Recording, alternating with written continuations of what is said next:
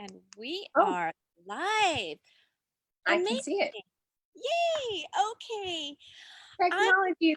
Oh, yay. I'm so excited. Okay, so today, this morning or evening, wherever you are, we are broadcasting another in our mental health series for our We Are World Schoolers community. This is number 12, excuse me, and I'm live with Carrie Blue. And the title of today's conversation is Helping Families Cope with Crisis. So, Carrie, do me a favor. Go ahead and introduce yourself and introduce your family. You've got quite a large family, and they're all so wonderful. So, go ahead. If anybody can talk about helping families cope with crisis, it's you. So, give us your introduction.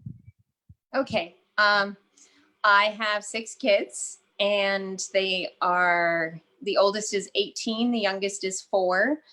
We've lived in Thailand for 7 years now, and we've always been a homeschool, unschool, alternate education family. That's the word. And um, and I develop curriculum for our organization, which helps families stay together and stay strong and supports families in crisis. Most of the time, we work with families who are extremely poor migrant families on the Thai-Burma border, and our goal is to keep these families together by making them stronger, which is the best way to protect those children from trafficking and orphaning and institutionalization and all those things that they become vulnerable to if the family unit isn't strong. And the classes come from lots of research and also years of experience now parenting, and probably a mix of those things together. Yes. And for those of you that joined us for the Virtual World Schooling Summit, you will remember Carrie talking about setting up a passion project, which was the nonprofit. And it's an incredible talk. But today we're talking about serving families in crisis, regardless of whether or not this is your own family or if you're serving or facilitating or supporting families in your community. It's important, and we're all in this together. So could you go ahead first off and share maybe one or two strategies for self-care from the caretaker's perspective? Like, we're concerned about our own well-being if we're serving and supporting our children and other families. Um, the way I like to say it, and I didn't say this first, but I really like it and I borrowed it. Take care of yourself at least as well as you would take care of the people you're responsible for taking care of. So we always make sure our kids, most of the time, we make sure our kids have enough rest and enough exercise so that they can sleep well, and that they're eating regular meals and they get that connection and that hug and someone to listen to them at the end of the day. And we help them process their emotions and talk them through things and help them come up with strategies to cope. And then we don't do it for ourselves. And we're not doing anyone any favors not showing up our strongest, healthiest self. And I talk to some moms who just feel guilty taking time to exercise or time to meditate or just time to read, all sorts of things that, just make you stronger and better able to cope. And that's just the completely backward way to think about it, because if you're not taking care of yourself, then you're useless to anyone else that you're trying to take care of. Yeah, and that actually was my biggest lesson when we first started traveling. Like, at least I've had the last 11, almost going on 12 years to perfect that as well and learn the balance of that. But now we're in a time of crisis, and it's hard to look away from the little things that are happening each day. Why don't we talk a little bit about Okay, so if we could focus on our own self-care, make sure that we're healthy and we eat and we're rested and we read and we exercise and all that stuff, how do we as parents or caretakers or facilitators support children's mental health and encourage their own self-care? Huh. Well, a lot of that, I could come at this from a lot of different ways, but maybe the place to start is remembering that feelings are information and they're trying to help us. And that's really good for us to remember as parents, that you can't ignore a stubbed toe and expect the pain to go away. And yet, when we're feeling things, we often ignore them and wait for them to go away. And so the emotional hygiene of actually letting ourselves feel things so that we can process them and move through them so that they're not waiting in the background to come out in ways that we'll probably regret later, is one thing. But then doing that with our kids, like, what is this feeling telling you right now?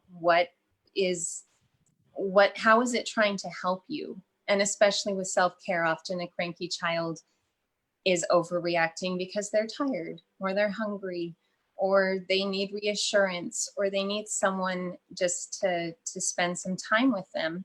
And and remembering that the feeling is true, in that it is telling you something and trying to make you pay attention to something that needs fixing, is a good way. It's how I talk to my kids about their feelings. And even like a bad dream might be your mind trying to tell you that there is fear that you haven't really faced or discussed. And what does that look like, and how can we maybe bring it out to the light, and then talk about the thing you're afraid of, and what we can do about it, and be a little proactive about the actions we can take, um, about what you're afraid of. Because there's always an action. Fear usually comes from helplessness and feeling like there's nothing you can do.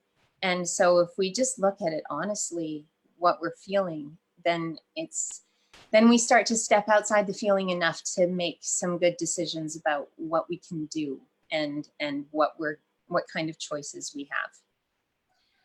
So I can understand how, okay, so we're talking about relationship, we're talking about communication, we're talking about emotional intelligence in our children. But what about if they're really young and they don't have the experience or the emotional intelligence to be able to say, my feelings are this is what my fears are. Like, we're talking to a 3-year old. You can't have that conversation. You definitely cannot. Kids don't say, "Hey mom, I'm having a bad day, I'm in need of reassurance." Like, that's just, they cry, they cling, they whine, they climb on you, they explode a little, they say, "Mommy, will you play with me?" Like, they make bids for interaction and connection on their own level. And so we have to teach ourselves to be aware of that and realize that there are needs that we can fill, and they're not going to ask for it. It's our job to pay attention to that, and notice those things. But I can tell you for sure, the whiny, clingy child is the one that needs you to spend time with them. Even though they're the one that you probably the least want to spend time with right now, they're the one that needs some one-on-one attention.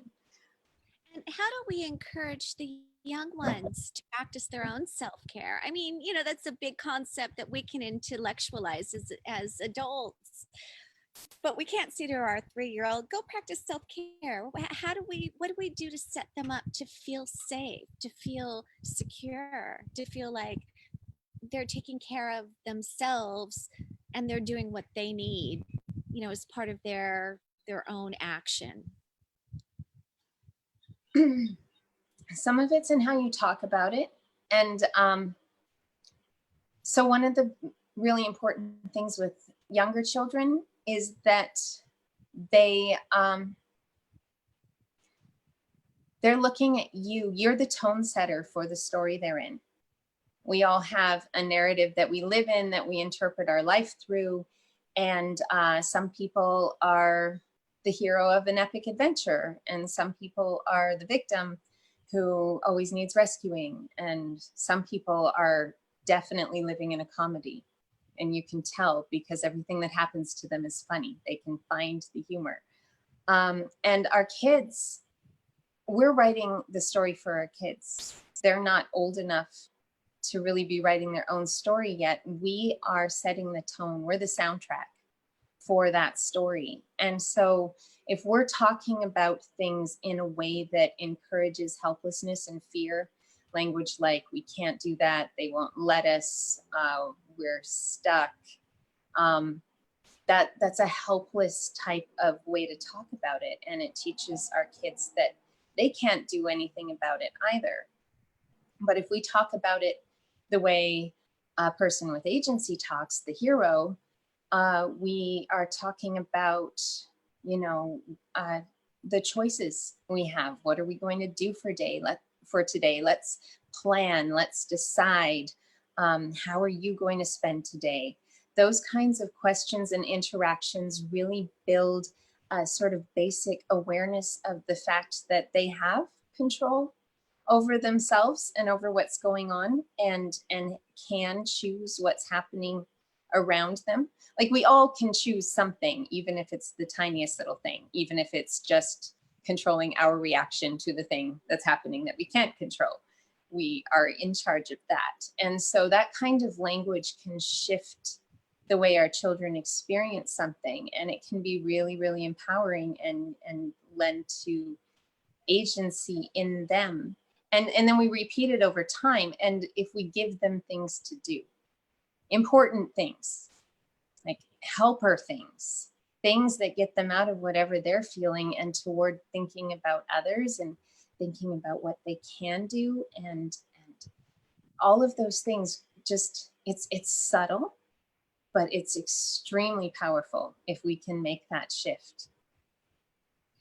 Yeah, that's incredible. And I love that you bring up the story of the hero, as like from our own experience. Miro was interested in writing at a really early age, and we explored the hero's journey. And that became the language of our conversation. So we were able to look at situations from the perspective of the hero's journey, whether it's a story that's external or a story that's internal. But we had the language, we had the knowledge of what the steps were on the hero's journey. And that was really powerful for us as we move through life and all the different stages of development. So yeah, thank you for bringing that up. So I'm curious, Karen, how do you talk to children, and maybe talk about how you speak to children of different ages about what's going on? Do you sugarcoat it? Do you create, a fantasy story about it? Do you talk about truth, age appropriate? Like, what is it? How is it that you address this global pandemic or this crisis that's happening right now that we can't ignore? Like, it's part of everybody's lives. I'll tell you what I say to my 4-year-old. He's overheard things, of course. One day he said, "Mommy, is the virus in my body?" Yeah, he's 4. He's so big now. And we immediately answered, well, maybe. We don't know if the virus is in your body. That's why we're not going anywhere. That's why you're staying home, because we don't want you to get someone else sick. But the virus doesn't hurt kids who are healthy. So we're not worried about that. What we're doing is choosing to stay home in order to protect other people, because we don't know if we have it. And if we go out, we might give it to someone whose body isn't strong. And we don't want that person to get sick and have problems and have to go to the hospital. So I might not say die to my 4-year-old, but I would say we're trying to keep people from. That was I'm back. I would say that I do tell him that we are trying to keep other people from being sick. And that is, again, agency language. I don't say we can't go to the store, or technically Thailand said 5-year-olds and under stay home. So I could say, you're not allowed to go out. The government won't let you. but I don't. I tell him we're, as a family, choosing to stay home and play at home and keep busy at home so that we don't get other people sick. I love that inclusion language. That was really great. That's amazing. And how are you speaking, or how are you supporting the migrant families that you support at your charity? We have, about a month ago, we decided it was really important. First, we postponed regular classes in order to give uh, health, hygiene, prevention education as fast as we could. And we started handing out soap. And then realized from that there's so much misinformation going on around, and so few people had access to useful information. So we printed out a bunch of information in Thai and Burmese, a lot of Burmese, and we have teams that have been going household to household, social distancing. So it's not like they're right next to people. They're calling hello, no one has a door, standing outside in the center of a community, giving a hand washing demonstration, passing out posters for people to hang out, giving really detailed information on how to stay healthy and prevent the spread. And in that process, we've discovered many families that are completely cut off by the quarantine measures. And we came to one village that had run out of drinking water and run out of rice, and they had no way to get out and get anything. So we went back that night with enough drinking water. It was about, I don't remember how many people, I think 50 people. We went back with enough drinking water for a couple days, went back with rice. And then we've got them a water filter now. So they're able to filter the pond water that's nearby. But we keep running into that situation. That was the first one, but we keep running into it. So I think 12,000 households so far have been supplied with food. And we've done at least 3,000 or more households. So that's way more people with the healthcare and prevention. So it's been busy. We haven't had much downtime. Wow, you're doing amazing work. And just to be, really clear, these are the communities most at risk. They're not supported by any of the governments, Thai or Burma, right? Are they considered Yeah. Burmese or? Yeah, okay. They're ethnic Burmese. It's the country's called Myanmar now. Okay, but there's no support. There's no like foundational or systemic support anywhere going to these communities that are, they're migrant families that just are displaced. Yeah. A lot of them can't go home because they shut down the borders. So they're stuck where they are, and they really don't have a lot of options. We are starting now to coordinate with a bunch of other local NGOs. So that's nice. And working to make sure nobody hits the same spot twice, and that we're organized about it, and we get out and find people that need it the most, and make sure that we're talking to people in charge in each village and only going to the families that have actual need, so we can manage resources and keep going as long as we need to, hopefully. Yeah, wonderful, wonderful. Okay, of course, I want to explore your work and your passion, and I'm so, as you know, so impressed and so in awe of the life path that you and your family have chosen. But going back to supporting families in crisis in their mental health, especially in our World Scholars community, can you talk a little bit about, and I know you could talk about this for hours, can you talk a little bit about the learning and the education and how to support your children during this time also, and also, with all those big feelings that come up as things look very different and they've changed?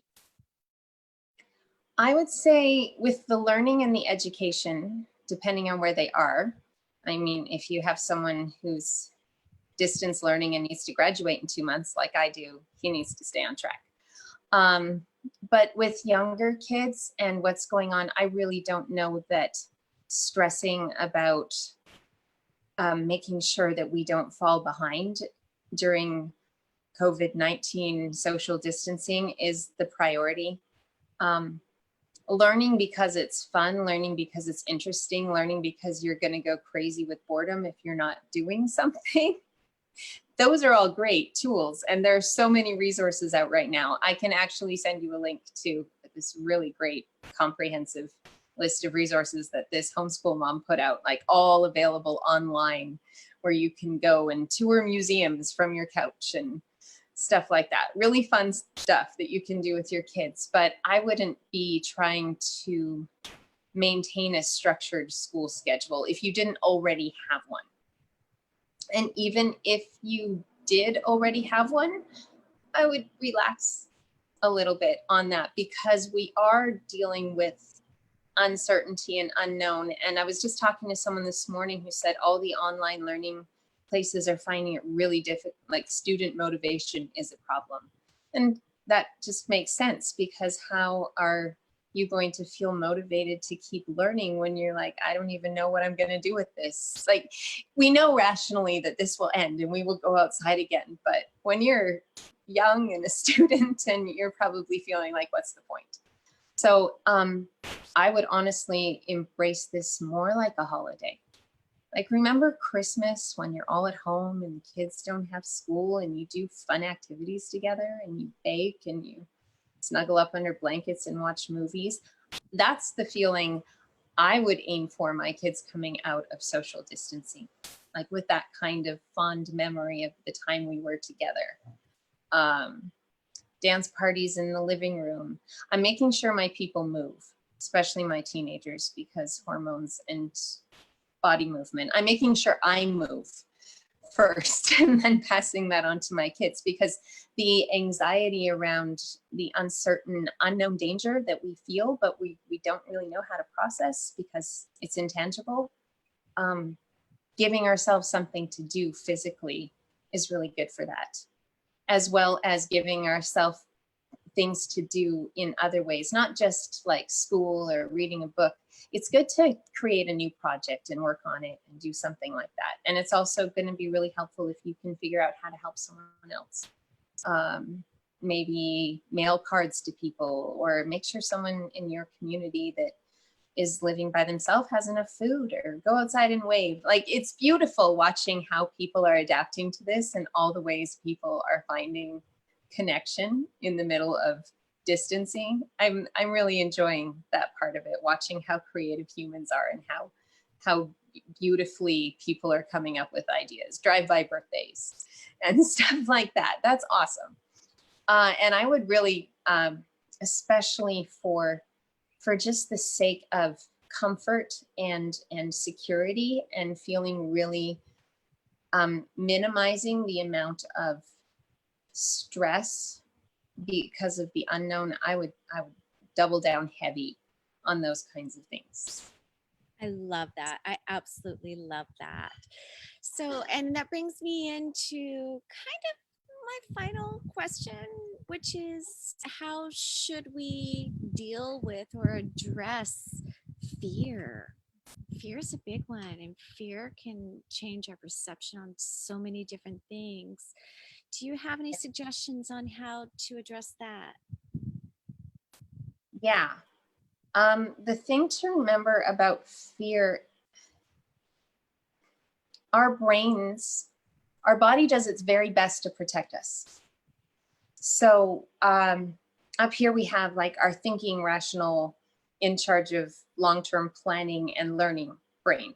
And then in the middle is our limbic system, which is all about emotions and attachment development and that kind of thing. And then way underneath that, we have this brainstem, or primitive brain, and all it does is keep us alive. And it's really good at its job. It keeps our heart pumping and our eyes blinking unconsciously to keep dust out, and keeps our lungs expanding. And it also reacts when we touch a hot stove, and it jumps out of the way when we see a speeding car. And when we are afraid, guess which part of our brain takes over? The one that's designed to protect us. And when that part of our brain takes over, we're not rational people. we will, and this is very interesting, we will retroactively rationalize what our survival system is doing and make it seem like we're thinking about it and deciding it, but we're not. We are just reacting. And that affects everything, because we've all felt it, I'm sure, in the past month, at least once, that moment of doing something completely crazy or off, or just, wow, is that really me? And then going, oh, I must actually be way more worried, stressed, and afraid than I thought I was. I thought I was coping, but then out comes these feelings, this fear. And so we need to, for ourselves and our kids, we need to tell our body that it's okay, that we're safe. We need to communicate with that part of our brain and tell it that it's okay. I would definitely, as an adult, dial back on the interaction with the news and anything anxiety producing that way, because it's going to create a stress response, whether we realize it or not. Like, give yourself 30 minutes a day to worry, and then put it in a box and bring it out again tomorrow. And don't do it before bedtime. Because, like, if you really need to worry about things, and many people do, don't make it a constant all day thing. And definitely with your kids, if they're, air your concerns. You're allowed to worry and be afraid and talk about it, but don't let it be the main tone. Don't let it become the soundtrack. Don't let your family story become a horror story. Like, an adventure story has scary moments, but then it goes back to, yay, we're strong. And so to calm your brain down, yourself, guided breathing is really important. We teach an exercise in the community called Come Home to Your Heart, where you just put your hands on your heart, feel your heartbeat, become aware of it, and then breathe in for 4 counts, hold for 7 counts, breathe out slowly for 8 counts. Do it for 2 or 3 minutes. And what's amazing, it brings you to calm. And the reason it brings you to calm is because breathing is one of the ways we have to communicate with that part of our brain that's unconscious and automatic. It's one of the ways we can tell our body we're safe. The other things, and especially with small children, this works really well, are rhythmic movements. Just like we soothe the baby by rocking them and patting their back and swaying as we're holding them, because that's what babies need, and we just give it to them without even realizing that we're giving them something really important for their development. Our older kids need that. We need that. Dance parties in the living room, I already said that, but it's fun. It gets your body moving. It's got rhythm. I mean, put on something with really good bass and just be silly. They'll love it that you're being silly, and they'll join in. Play music. Let them bang on the walls. I have one who loves to bang on the walls to alleviate stress. I take it as long as I can. Send them outside to the drum box. I'm like, go away. Just, but all of those things, when you realize that those things are actually instinctively things that we do to communicate safety to our bodies and safety to our brains, and help us to bring ourselves to a place where our higher functions are back in the driver's seat. And then we are learning and making long-term plans and relaxed and interested again. Until that happens, we can't really do any of the things that I was just talking about, like helping people and whatever. First, we have to communicate safety. And one thing with small children that is really effective, small children, it's good to do this every day. When there's nothing going on, just make a habit of breathing just together to teach, because once it's a habit and it's a muscle that's exercised, then you can do it, and you can pull it out in that moment when your child is completely stressed out and they're not just going to go, no, I don't want to breathe. Okay, they might anyway, but they're more likely to take a deep breath when you ask them to take a deep breath. Also, gratitude. I didn't mention that, but reframe the entire experience looking for what you can be thankful for. That's that changes the whole story. There's always something beautiful. There's always something good, even in the middle of the worst thing. And if you can strengthen yourself, because it's like an exercise, it's like a muscle. If you every day looking for the things to be thankful for, then when hard times come and challenging times come, then that muscle is already strong, and you can find the good thing and the beautiful thing, even in the middle of something really awful. And that becomes part of your story and your narrative. And it becomes a beautiful story, even with the difficulty. With a small child or a teenager, it works on my teenager. Calm yourself down first. Be next to them. Hold them if they'll let you, and calm yourself down. Like, I can take my 13-year-old from 180 to 0 just by giving her a hug and consciously slowing down my breath and my heartbeat. And you can slowly just feel her relax, and she comes down. And you can do that with toddlers. You can do that with raging 6-year-olds. You can just sit beside them and calm yourself down and bring your breathing down and slow, and they will feel it. They will react to it. You become the guide. You become the person in the story who is helping them get through this part and move on in their journey. And I mean, it takes a little bit of practice, but it's pretty amazing when you try it the first time. You're like, oh, that worked. Huh. Put that one in the toolbox next time. Oh yeah, and as parents, we need tools. When Miro was growing up, we practiced the breath too. It was always about the calming and breathing. And when he was a toddler, we would do, because when you go into fight, flight, or freeze, like, you're in reaction, you're not being rational. And so Yeah. we would do this thing where I put my finger out, and his job was to grab a hold of my finger with both of his hands, and we breathe into it. And that was the thing. So every time he knew that when I put the finger out, he would know to grab onto it, and either, like, if he needed to scream into it or squeeze it really hard, or hold on for dear life. Like, that was our thing. So, but it was always about the finger and the breath. So whatever tools you can gain as parents, boy, this is such a great, great reminder. Thank you for that. Okay, so I do have another question.